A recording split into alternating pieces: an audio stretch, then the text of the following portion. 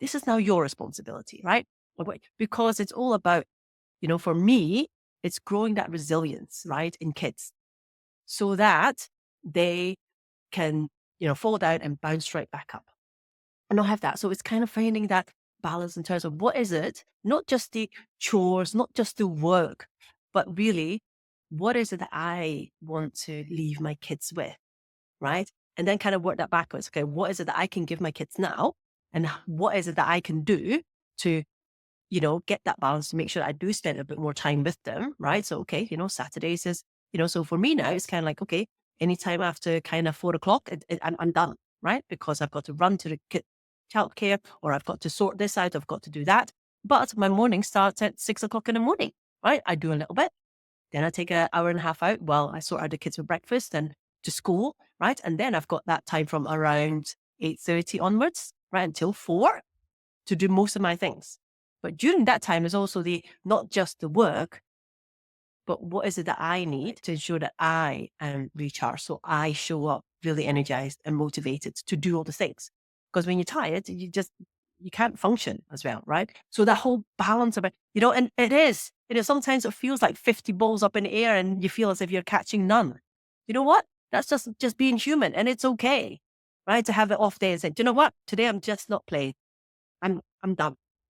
And not feel guilty about that, right? It's when you do feel that, it's kind of reflect that back inwards and say, what is currently happening within my environment, within me, within my family, within my relationships, that's just not quite working, right? That's where you get to play detective in your own life, right? Is that because, actually, I haven't spent enough time with my wife or my husband?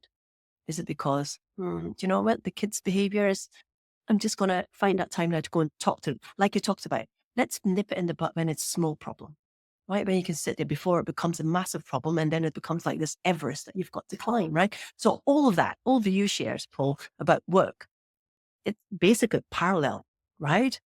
With family. And then the beauty of that, how do you integrate that in a way that works for you? And if today I've got to be out because it's a sports day at school, it's going to be a sports day.